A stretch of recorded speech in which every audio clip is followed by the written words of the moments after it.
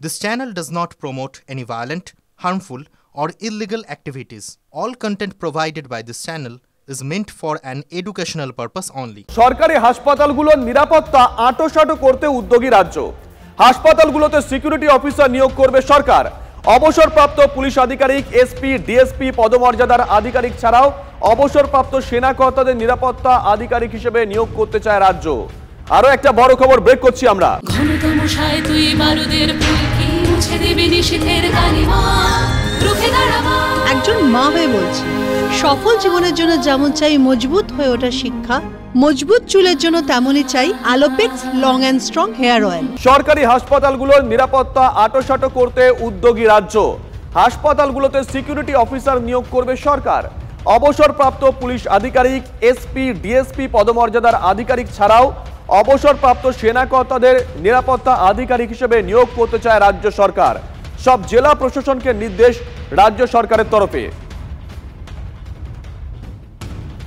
দীক্ষা ভুইয়া আমাদের সঙ্গে রয়েছেন টেলিফোনে, আমাদের সহকর্মী। দীক্ষা, এখনই কেন হঠাৎ করে এই সিদ্ধান্ত এই সিদ্ধান্তের মাধ্যমে কি তাহলে বকলমে রাজ্য প্রশাসন মেনে নিল যে নিরাপত্তা এতদিন আঁটোসাঁটো ছিল না, সমস্যা ছিল একটা কোথাও?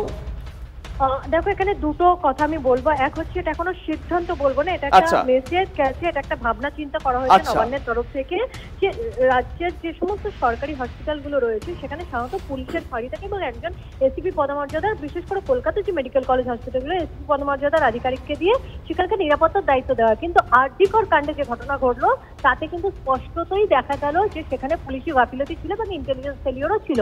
এর প্রেক্ষিতেই আজকে নবান্নের তরফ থেকে একটি সিদ্ধান্ত বলবো না, ভাবনা চিন্তার মেসেজ একটি আজকে ইস্যু করা হয়েছে এবং প্রত্যেকটা জেলার এসপিদের কাছে সেখানে বলা হয়েছে তাদের এলাকা যারা অবসরপ্রাপ্ত ডিএসপি র্যাঙ্ক থেকে শুরু করে এসপি র্যাঙ্কের এবং ইন্সপেক্টর র্যাঙ্কের যারা অবসরপ্রাপ্ত যারা রয়েছেন এবং সেনারও যারা কর্মী রয়েছেন অবসরপ্রাপ্ত, তাদের একটা তালিকা তৈরি করতে এবং সেই তথ্য নবান্নে পাঠাতে এবং তাদের কাছে আবেদন করা হবে যে তারা এই সরকারি হসপিটালের নিরাপত্তার দায়িত্বে তারা থাকতে চান কিনা, অর্থাৎ কিনা পুলিশের বদলে এই সমস্ত যারা অবসরপ্রাপ্ত তাদেরকে দিয়ে কিন্তু সরকারি হাসপাতালগুলোর নিরাপত্তা নিশ্চিত করার একটা ভাবনা চিন্তা রাজ্য সরকারের তরফ থেকে করা হচ্ছে।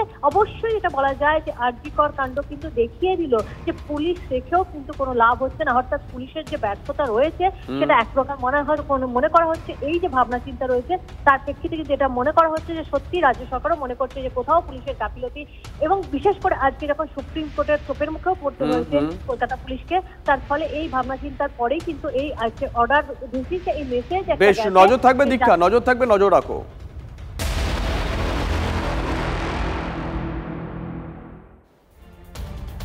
তিলোত্তমা ধর্ষণ খুনে ঘটনায় সন্দীপ ঘোষকে টানা 5 দিন ধরে জিজ্ঞাসাবাদ করছে সিবিআই। শুক্রবার থেকে আজ মঙ্গলবার পর্যন্ত প্রায় 52 ঘন্টা সন্দীপ ঘোষকে প্রশ্ন করছে তদন্তকারী সংস্থা। তিলোত্তমার মৃত্যুকে কেন তড়িঘড়ি আত্মহত্যা ঘোষণা করা হয়?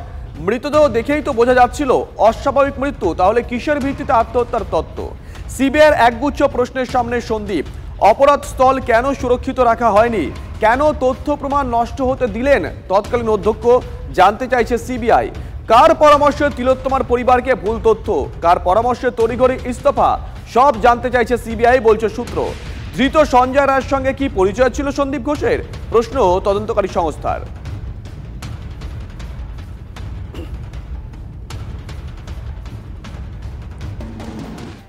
আরো একটা বড় খবর, আরজিকরের প্রাক্তন অধ্যক্ষ সন্দীপ ঘোষের বিরুদ্ধে জোড়া মামলা পুলিশের।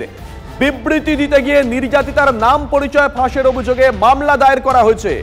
অন্যদিকে গত জুন মাসেই সন্দীপের বিরুদ্ধে টালা থানায় অভিযোগ দায়ের করেন এক আইএএস অফিসার।